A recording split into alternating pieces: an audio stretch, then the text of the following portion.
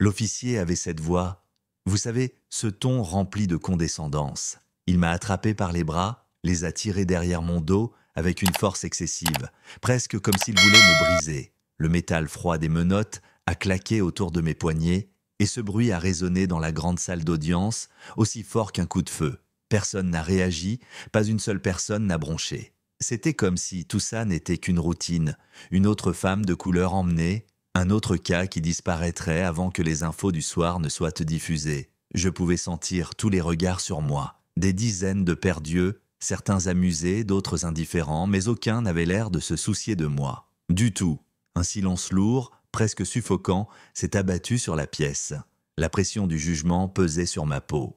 Les murs de la salle d'audience, décorés des soi-disant symboles de la justice, semblaient se resserrer autour de moi, m'emprisonnant dans ce moment d'humiliation. Des murmures ont brisé le silence.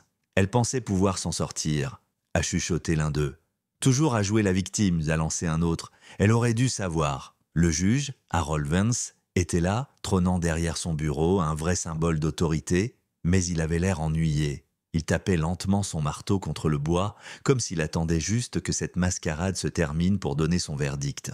Il ne m'a même pas regardé, ses yeux à peine posés sur moi. Il savait déjà comment ça allait se finir. Le système était déjà en marche, vous voyez, conçu pour nous écraser, pour faire en sorte que la couleur de ma peau rende tout ça inévitable. Puis, c'était le tour de Leonard Hayes, le procureur, de jouer son rôle. Un homme d'âge moyen, habillé dans un costume bleu marine taillé sur mesure, il s'avance avec une pile de papier, une confiance arrogante dans sa démarche. Cette femme, commence-t-il, en faisant une pause, a été prise avec des biens volés. Il agite un document comme s'il détenait la vérité absolue. Des images de vidéosurveillance, des témoignages, et là, il se tourne vers moi, son regard plein de mépris. Elle prétend être innocente, une erreur. La salle? Oh, ils adoraient ça. Des rires tranchants qui ont déchiré l'air. Ce n'était pas la peur qui m'étreignait, non, c'était la rage. Ces gens n'avaient aucune idée de qui j'étais, de ce que je représentais. Ils se moquaient ouvertement, convaincus qu'ils étaient inattaquables, sûrs que personne ne les défierait. Ils disent de toujours ça?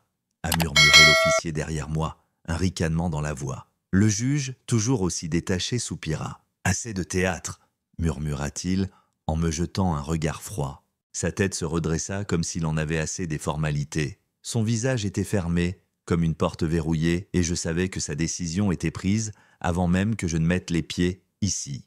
Et là, il a annoncé ce que je savais déjà. Les preuves sont claires, l'accusation convaincante. Il n'avait même pas l'air de se donner la peine d'écouter. Tout était joué d'avance. Il n'y a aucune raison de prolonger cela. Mon cœur s'est serré. Pas parce que j'étais surprise, mais parce que c'était tellement familier.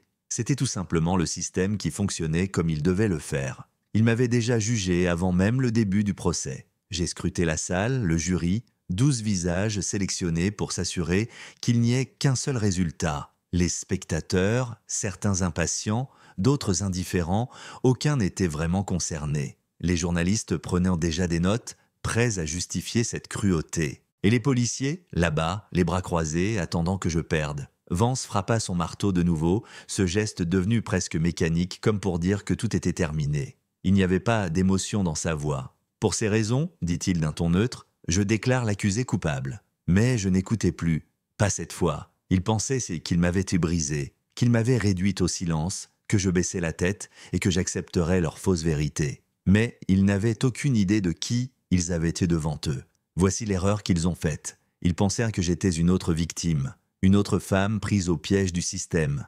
Mais ils n'avaient aucune idée de qui je suis. La vérité allait les frapper comme un coup de tonnerre. Ils avaient jugé la femme qu'ils pensaient être. Ils n'avaient aucune idée que cette femme qu'ils avaient ridiculisée, était l'une des plus hautes responsables des services de renseignement du pays. Une femme en possession de secrets qui pouvait se faire tomber tout ce qu'ils croyaient savoir sur le pouvoir et l'autorité. Le jeu n'était jamais entre leurs mains. Il l'a toujours été entre les miennes. Quand la vérité éclatera, la salle d'audience pensera qu'elle a gagné, mais le monde verra tout s'effondrer autour d'eux. Alors voilà, le système n'a pas encore fini de tomber. Ce n'est que le début. Et ce qui se passera ensuite, je vous laisse imaginer. Qu'en pensez-vous? La justice, c'est bien une question de qui détient la vérité, n'est-ce pas? Dites-moi ce que vous en pensez dans les commentaires. Partagez votre opinion car la vérité n'est jamais simple. Qui détermine ce qui est juste et ce qui ne l'est pas?